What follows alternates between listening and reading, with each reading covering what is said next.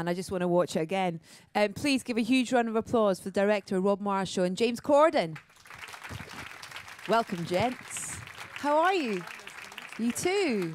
Hey, I got to say, congratulations. You know, it's been out in the States, biggest opening for a musical in history.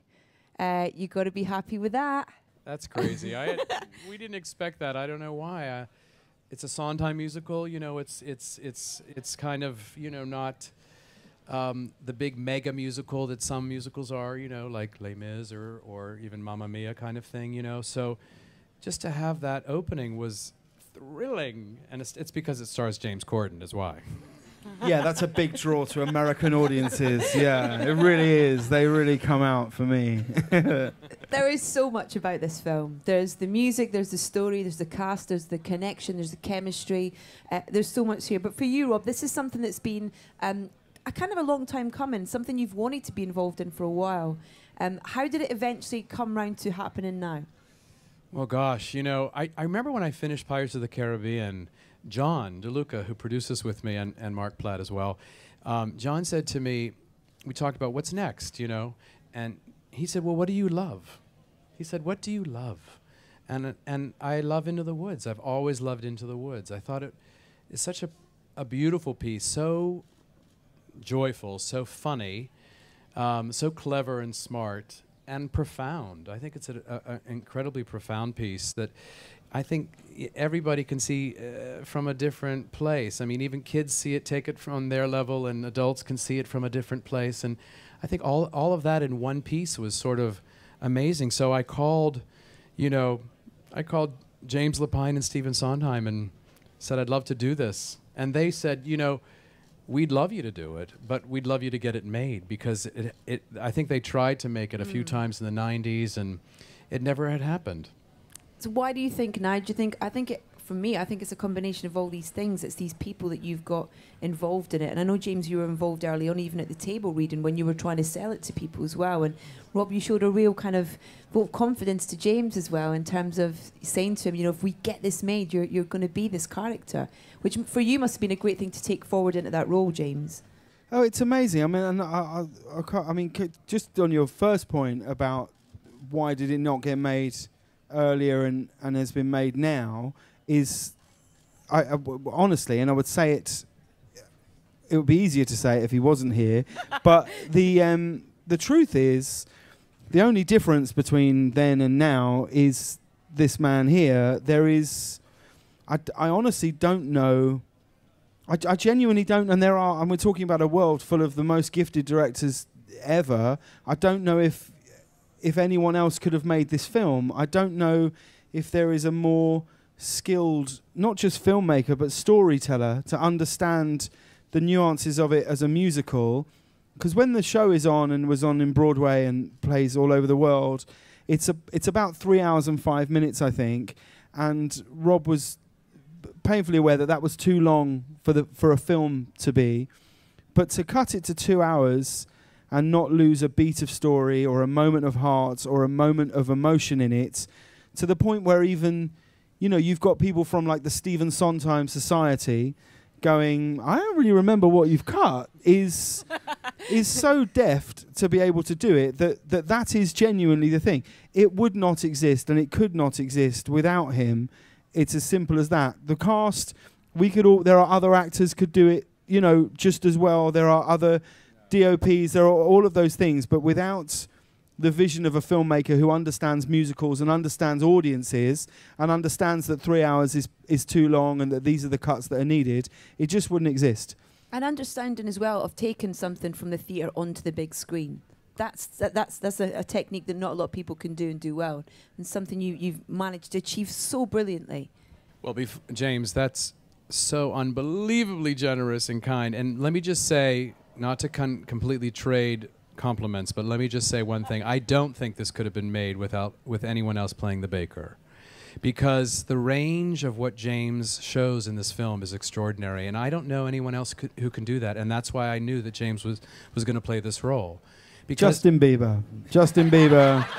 If he gained a little weight, Not in a waistcoat. Perfect. He'd Justin be Bieber perfect. doesn't do waistcoats. He'd be That would perfect. never He'd be happen. Let me perfect. just say the truth. The truth. See, I loved having him with me every day. Can you imagine what a joy that was for me? But I mean, if just look at the performance and see the range and the skill. I mean, of course, the humor and of course the physical humor, which we know, but to see the depth of emotion and the vulnerability and the strength that he gains in this piece and the arc of his character and the magnificent singing voice, to see him play that and play the everyman and let us take the journey with him is really hard. And James does it brilliantly, and I am so lucky to have him in as the center of this film. Shall we see a couple of clips then to prove that? Yeah. Yes, let's do it. The first clip we're going to see is, well, it's a really nice little insight into the brilliant chemistry between you and Emily Blunt on screen as well. And then we have someone else who arrives mid-scene as well. Have a look at this.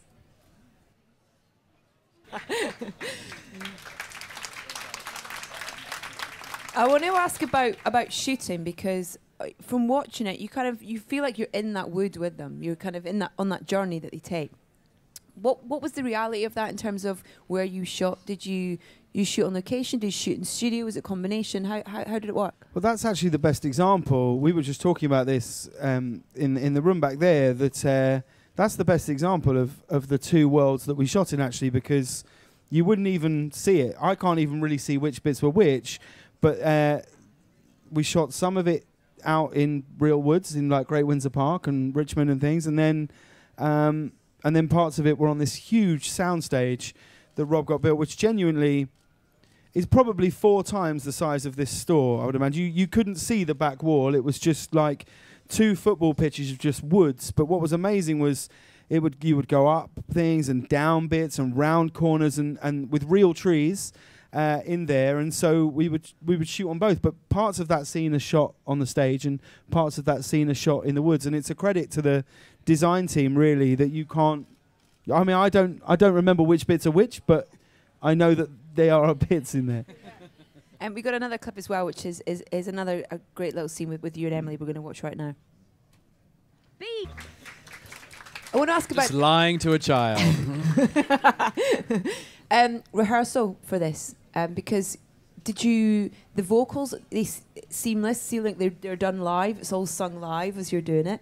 Was that again the reality, or did you go into, were the vocals all done beforehand in a recording studio and things? And then A combination. I mean, we did record everything up front, but then when we got to the stage to shoot or outside, we made the decision what to shoot live, what not to. I mean, the key is, it's what James was just saying about the set.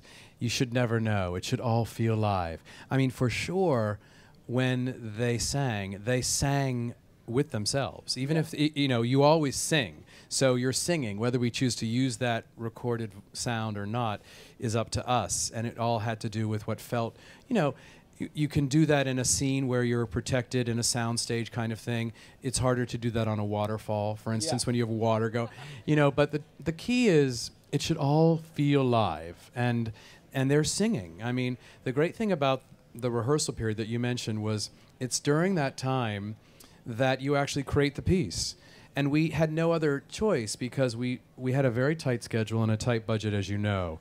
And so the only way to do it was to really be prepared. And when we would show up on the day, we knew what we were doing. It wasn't like, well, what are we going to do today? And let's start thinking about staging it. And everybody was so there, so you're already at that level. So then there was a freedom to the work, to watch James and Meryl, for instance, and Emily in that scene. There was a freedom to that work because we'd already explored it, so that it could go to the next level on film. we don't have a clip of it, but there's a great scene that involves you and Emily as well, where you roll down a little hill. Yeah.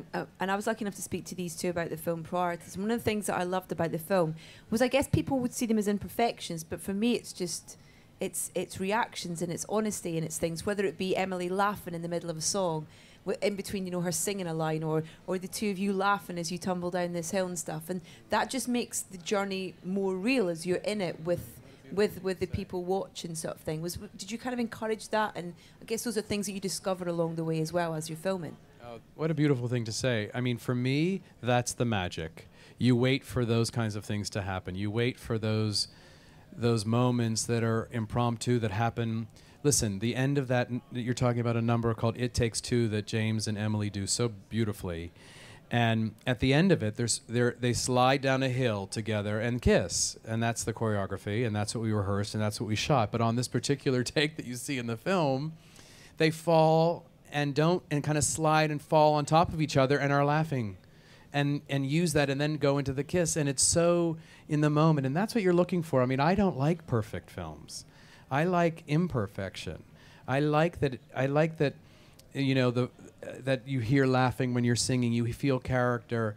I mean, that's the joy of it. It's also the joy of Stephen Sondheim, because the greatest thing about all of his work, and I think particularly in this, there is, and I'm a huge musical theatre fan, you know, as is Rob, and I mean this with the greatest respect to musicals that I love, but there are lots of musicals where you could essentially take out a song from one show and quite easily put it into another and it wouldn't feel out of place. And I think the greatest thing about Stephen Sondheim's work is that's just never the case, and there is never a song for a song's sake, and the songs always drive the story and they always come from a place of character.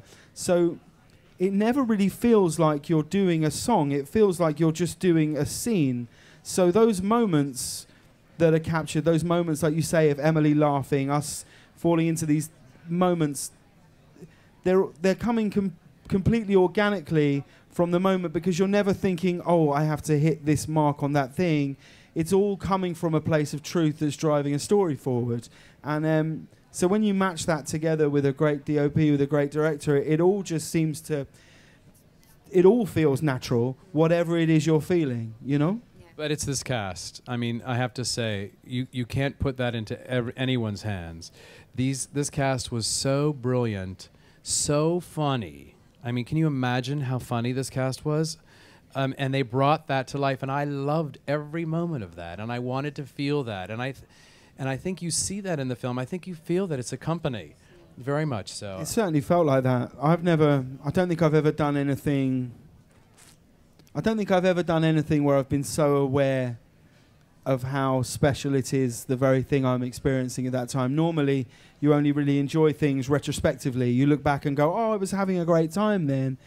But this, it was clear every day where you thought, well, this is just a thing I have to cherish, you know? Yeah.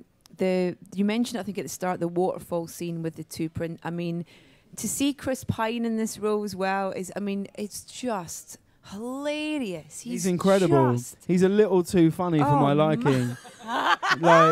like you can't be that good looking. Like, it's different if you're me, right? If you're me on this film, and you're in a film with Chris Pine, Billy Magnuson, who is gorgeous, and Johnny Depp, you're like, okay, well, at least I can be funny.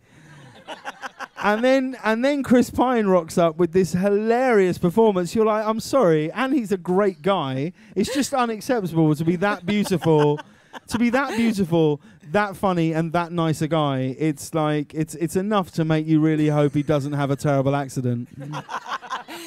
Down a waterfall. Yeah. Oh, did they not slip? Oh, that's a shame. I have this image of you at Air Studios with this orchestra recording these vocals and stuff. Was that a special moment being there? And because I know you love to sing. Well, singing and dance is my life. You know this. I feel like I might have, because I've never really been in a studio like that before, I sort of think I might have been taking it for granted until you're there with Stephen Sondheim and he's going, I can't believe I'm hearing this music like this. Like, the orchestra was too big for the live room. It was, so they had to put all the percussion in the basement with like Skype computers because it was too big. So the sound is so lush, and they were great days, weren't they? Just Jonathan Tunick doing the orchestrations and just sitting, you know, and like, you know, Stephen Sondheim's there, so you immediately sort of shit yourself, and then and then it's all right because the days are so long, and you go into the night, and it's a wonderful thing to be part of. But the beautiful thing was this cast was aware of that, I think. You know, no one took it for granted. We know and knew how few and far between musicals are made for film anyway. And then a Stephen Sondheim musical is so rare. and it's really a gift for actors. And I think everybody was aware the entire time we were shooting that we were part of this very special thing, and that never left, and it still hasn't left. I mean, I feel that even when we're together, like we're together for the premiere tomorrow and here in London, we love seeing each other. It's a very special group, and you know, rare. I said to these two before that it has to be performed live at the Royal Albert Hall with everyone and with a live Anywhere. I would do, or anywhere. Just go on tour with it. It's just amazing. It's Yeah. brilliant. Right, enough of me going on about it. Let's get some questions from this lovely audience that we have. So, as I said, don't leave it till the end when I say last question and everyone puts their hands up. Let's go with these two lovely people first. Lady with the glasses first. My question's for both of you, really. Myself and my friend here, we both study film, and I know my friend's particularly interested in writing, and I want to be a director or producer, and I was wondering what both of your advice would be to aspiring people in those trades. Mine would be don't give up, right? And I'll tell you why, because I'm going to read you something now that I got sent the other day, and I hang on, I just have to find it. No, it's clean. It's clean. It's very clean. So this is I'm going to read you this. So this is a letter from the comedy script editor of Light Entertainment at a television network. Subject: Faulty Towers by John Cleese and Connie Booth. I'm afraid I thought this one as dire as its title. It's a kind of Prince of Denmark of the hotel world, a collection of cliches and stock characters which I can't see being anything but a disaster. And then it's signed by the guy, and that was a rejection that John Cleese got for Faulty Towers, which is genuinely the greatest sitcom that's ever been made. So I guess the only advice I've got for you is don't give up. Because if you never give up, you can't really fail. So just don't stop, and it will be really hard. And there's screw-ups coming your way. There's nothing you can do about it. They're coming for you. But just keep going and know that the people that do, and the people that don't. You know? Perfect answer. There we go. Okay. Did you have another question? Or was she asking that for both? There we go. He's got another one. Okay. Obviously, the History Boys went from stage to screen. Would you ever think about making One Man, Two Governors as a film?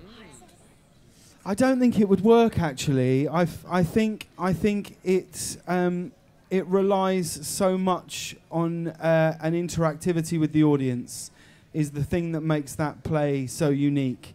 And I think if you take that out, it just... I can't see that it could ever work as a film. It's so much of it is about breaking that fourth wall and doing this to an audience and feeling like you're all in it together and this is only happening now. The things that are going wrong have never happened before, and you not quite knowing what's unique to tonight or happened that afternoon. And for that reason, I don't think it ever could. Yeah, I think it would probably... If that guy's email had replied to that, he would have been bang on, I reckon. Okay, lady down the front. I'll come to you in a second. Actually, do you want to give the microphone to this lady here, and then we'll pass it along to the middle? Thank you. My question is basically, I've seen the Broadway musical several times, and it's one of my most favorites. What was it like taking those characters who all experience very sticky, kind of very adult kind of endings and very realistic endings, and trying to make it more, I guess, family friendly in the movie? Well, it's interesting. We didn't really do that. I mean, you know, that's a temptation to do that, but we didn't. We were very aware of the fact that we needed to do Into the Woods as a film that would work for us, and that's what we focused on. That's why I brought James Lapine, who wrote the original, to write the screenplay, and Stephen Sondheim worked with us the entire time, because we wanted to make sure we reimagined it as a film, but of course kept the central core of what the piece is. And very important. I mean, I think the biggest change, I would say, a few of the biggest changes were casting real children as Little Red and Jack, and I think that was important. I think it's important because I believe the piece is about parents and children, and so to have a 35-year-old Little Red Riding Hood would not have really worked. And then, you know, of course, the two-act structure on stage, which is up to Happily Ever After and then later, Happily Ever After later. Does it work on film? So you have to figure out a way to collapse that and condense that and make that work as a piece. But it felt incredibly comforting and reassuring to have James Lapine and Stephen Sondheim creating it with me, and that was really the goal. In fact, many times I found myself being the person that was saying, "Don't touch that." You know, I mean, that happened a lot because they said, "Well, we wrote it before, we'll write it again," and I said, "No, that works." Anything that worked, we held on to and kept. What was their reaction when they saw it, the finished film for the first time? Oh my gosh, they said thank you. That's what they said right away. They said thank you. I think because they were, it takes a lot to be able to see something new, but because they were part of the process as well, I think they were just thrilled that it was working as a movie, as opposed to, because sometimes stage productions don't work on film, but the key element is to reimagine them. I mean, you hold on to what works, but the stage piece will live forever. But you have to. I think you do the stage play a disservice if you don't reimagine it as a film. Yeah. Because it's a different medium. Okay, can you pass the microphone along to the lady here? Thank you. She's excited to ask a question. I can tell. Thank you. I just wanted the microphone. I actually have a question for each of you, if that's all right. Of course it is. Mr. Marshall, I was wondering what level of involvement you like to have in the casting process, and if there's something specific you look for in an actor. And Mr. Corden, they've kind of covered other aspects of film, but I'm a young actor, so I was wondering what advice you have for kind of climbing up the ladder of success and how you've gotten to such a successful time in your career. I mean, I don't know. It's as much a mystery to me as it is to any of you. I mean, I guess I never really envisaged a path down any other road than the one I've gone down. However many bumps you might hit along the way, I used to have this thing. I don't know if you grew up in America, right? Where you would have like careers advice meetings with someone at your school, and I would say, well, I'm going to be an actor, and they'd go, well, you need to find something to fall back on, and I'd go, well, no, because that would have an element of doubt, really, and that's it, really. I mean, and I sort of hit a block in my career where I was not. When I was in the History Boys, actually, I would come into work. It was the hottest play in London, and I'd come into work, and all the boys would have endless film scripts under their arm, like Dominic Cooper, so beautiful, would have just like, oh, I don't know whether to do this or that, and I would get like the scene. I would get the 2 pages of the script to play the guy who drops off a TV to Hugh Grant in a movie, or is like the news agent in something. And I always thought that I would perhaps get a chance. It felt like an industry was saying, "Oh no, we think you're good, but every now and then you'll play like a bubbly barrister in Judge John Deed, And so I sort of thought, well, if those things aren't going to come, I'm just going to have to write a TV show for myself. And me and Ruth Jones, who was feeling quite in a similar place to me, so we just wrote a show that just happened to click into this thing, which no one could. It became something so much greater than anyone could have ever thought it would, and then it's sustaining it. It's sustaining it is the thing. But I mean, my only advice would be, like, acting's the reward. That's it. Acting is the reward. It's not money. It's not fame. It's not any of the trappings that look like they come with it. It's just the actual doing of it. If you can act and perform and eat and have a roof over your head, then you are already in the luckiest 2% of the planet. Like, acting's the thing. Don't ever think past that. Don't think, oh, but I want to be a huge movie star. I wanted to think, are you acting? Are you getting to do it? Because so many people dream of it and still don't every day. And that's it, I think. That's so true. Rob, sir, would you And just the quick casting question, just real quick. I just want to say that yes, of course, I'm involved in every single. It's so important. I mean, it's the film. There's nothing he's not involved in. I'm surprised he didn't grind the lenses for the film himself. But I mean, the great joy for me, and this is my hope always is that I don't actually have to do any work when it comes to casting, because the person that comes in claims the role and says, "This is mine." That's what happened with James. James says, "This is my role." Emily Blunt, Chris Pine, all these people said. Anna Kendrick said, "This is my role," and brought it to a place I never imagined it could be. There was not even a question that anybody else would play this role but James Corden. How did you manage to convince Meryl, though, to step out of the no witch rule? That's what I want to know. Because that was the thing she had. She was I didn't know she had that rule when I asked her to do this. That would have been harder. She said yes so quickly. She said yes so quickly. I think she was thrilled to do a Stephen Sondheim musical. That was something she wanted to do. And when you see that combination of that amazing talent with this extraordinary material, it's like nothing else. I mean, it's sort of extraordinary to watch. Okay, next question. Can you pass the microphone back to that gentleman there? This is for James. Would you be able to sing us a quick verse from one of the songs in the movie? Don't feel pressurized, James. What do I say? I say, wait a minute, magic. Beans for a cow so old that you had to tell a lie to sell it, which you told. Were they worthless? Beans were they oversold? Oh, and tell us who persuaded you to steal that gold? Yes, it's your fault. Wow! Yeah! Okay, next question. We haven't got much time. Anyone else with questions over there? Oh, we have two over here. Can we get the microphone quickly back over here?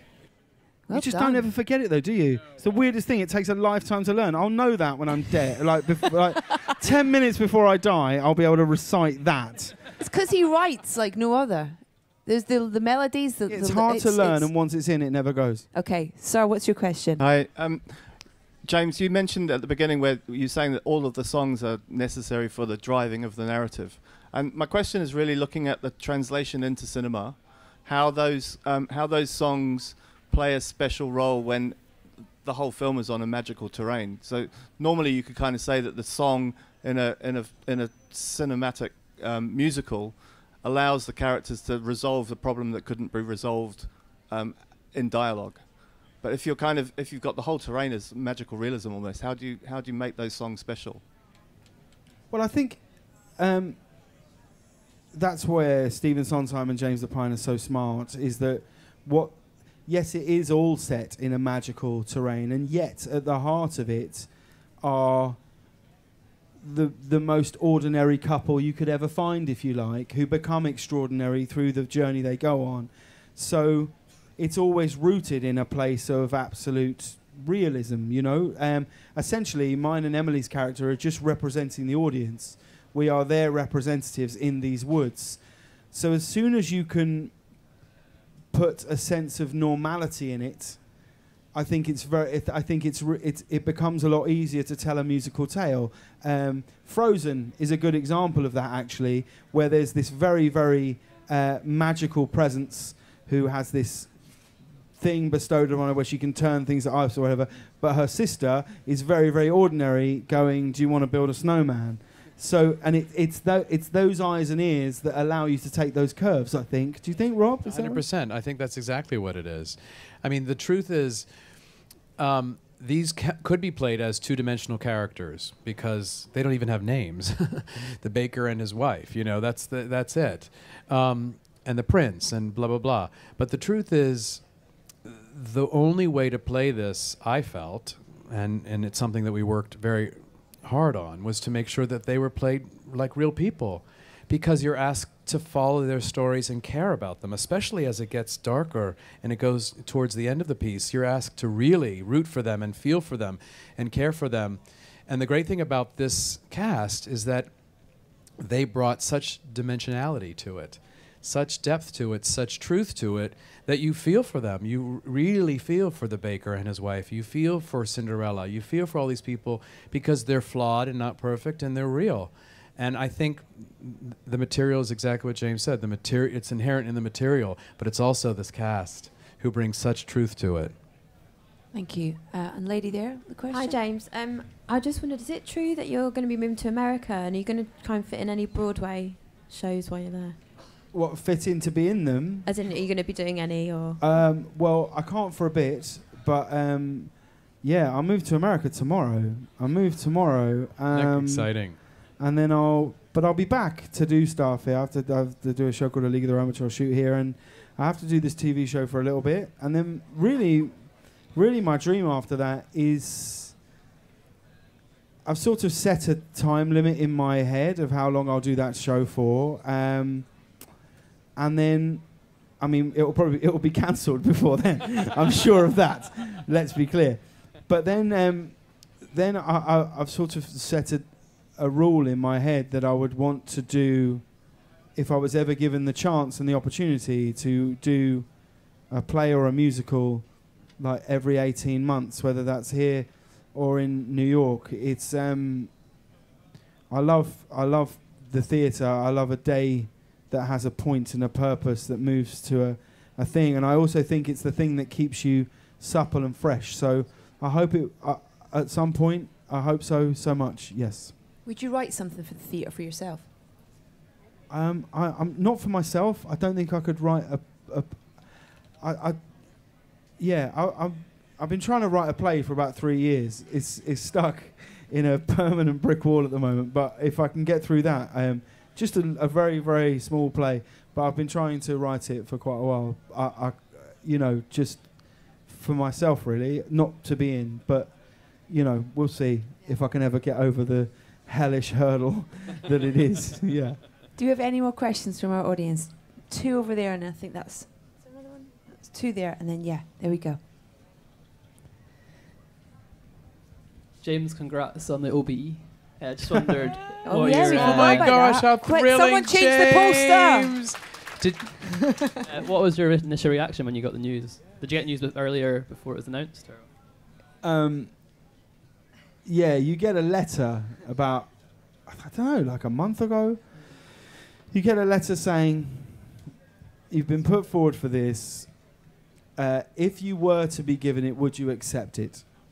And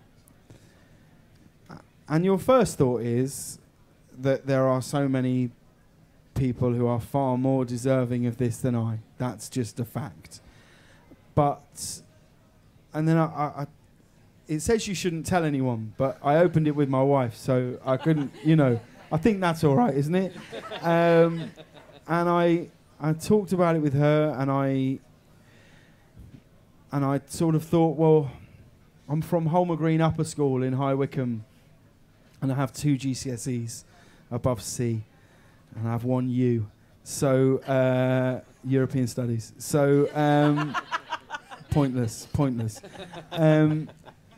And then you think, well, you can't help but think about what this will mean to my parents, who have sacrificed so much growing up for me to be able to be sat here now with a director like this, of driving me to singing lessons, drama lessons, all of these things, paying money that they didn't have, that you're not aware that your parents don't have when you're that age, and what it would mean for them to be given such a thing.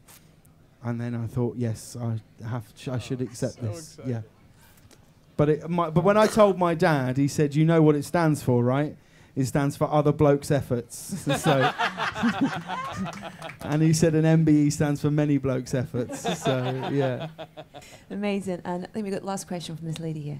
So apart from the Broadway musical, where did you get your inspiration to play the baker? And also, likewise, with the directing, where did you get your inspiration from to make the film? James, do you want to go first? I mean, it's all there on the page, is the truth. It's there on the page who he is. I think I was very pleased. A lot of his sense of the core in the film is about fatherhood. His lack of a father in his life and his impending fatherhood in the film, and whether he is capable of this task ahead. And I very much related to that, and I was pleased that I was a father at the moment that we shot the film, because you can't really explain the indifference you have towards children until you've sort of had one, or your friend's indifference. It's like, oh, well done, you've had a baby, and you don't like. And like it's you know, there is a change that happens. So I was very relieved to have had that, and you know, I hate to keep coming back to it, but you're just steered by your director. Like that's it. You're steered by to have a director who knows it so intrinsically, who says to you, I feel like it should be more here, perhaps, and you find it together. Really, he's in a team with every single member of the cast individually.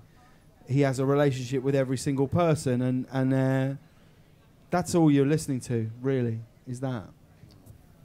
I mean, I was, I guess, inspired mostly by the filmmakers that have inspired me over the years. And in terms of musicals, it's Vincent Minnelli and Stanley Donen and George Cukor and Bob Fosse and Robert Wise, and those are the directors that I studied, learned from, loved watching, and you know, I believe in the musical as a film musical as a genre. You know, I know when I did the film Chicago years ago, I was told many times this genre is dead, and no one wants to come see it, and no one cares about it anymore, and all they really want to see is animated musicals, and I never believed it. Because I grew up with those great musicals, and I love them, and felt that it's not about the genre itself, it's about the execution and the care and you know, and how you do it, and I hope that was the case, and so I was lucky enough with Chicago to sort of open the door a little for musicals, and I think it's helped over the years, and certainly helped us make this film. Have you got a favourite musical apart from Into the Woods? Stage. Or film? No, favourite film musical. Well, my favourite film musical is Chicago. Genuinely, I remember watching it. I remember. I don't think there's a film musical I've seen more, and I remember how I felt when I watched it because it had been so long since I'd seen. In fact, I'd never seen a musical in the cinema. I'd only ever seen like Grease, you know, and stuff. And I remember watching it and just being like, "Oh my God!" Like that.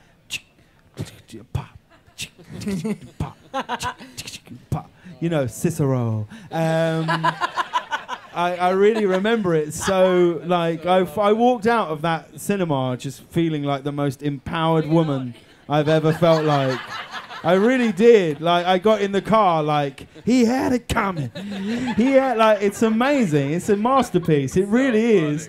So that's my favourite film. My favourite stage musical, I love a musical called A Funny Thing Happened on the Way to the Forum, which is a Sondheim musical that I absolutely love. And she'll be starring in sometime soon. I hope so. And another show called Kiss of the Spider Woman, which is a Candor and Ebb musical, which Rob actually choreographed when it was on Broadway and here in London. And I don't know why I remember it so vividly, but when I saw it in the West End, I had like a phenomenal reaction to it. And it's got some beautiful songs in it, is the truth. Yeah. You guys can see this film for the 9th of this month, 9th of January. Hang on, what's your favourite stage musical? Rob, sorry. Yeah. Oh, goodness. Let me think. I guess my favorite film musical is, like everyone else's, I believe, is Singing in the Rain, because I think it's perfect. Yeah. It's perfect. And it was created for film, which I think is interesting. You know, some of the great ones like Bandwagon and Gigi and even Meet Me in St. Louis or Easter Parade, those were all created for film, which I think is... What was West Side Story? Was that created for film? That was a play for a musical on stage first, and then became became a film. And I guess on stage, it could be West Side Story or Gypsy, I think, maybe for me. I think those are sort of masterpieces. Congratulations so far. And I think with this as well, this film, it just feels like you've...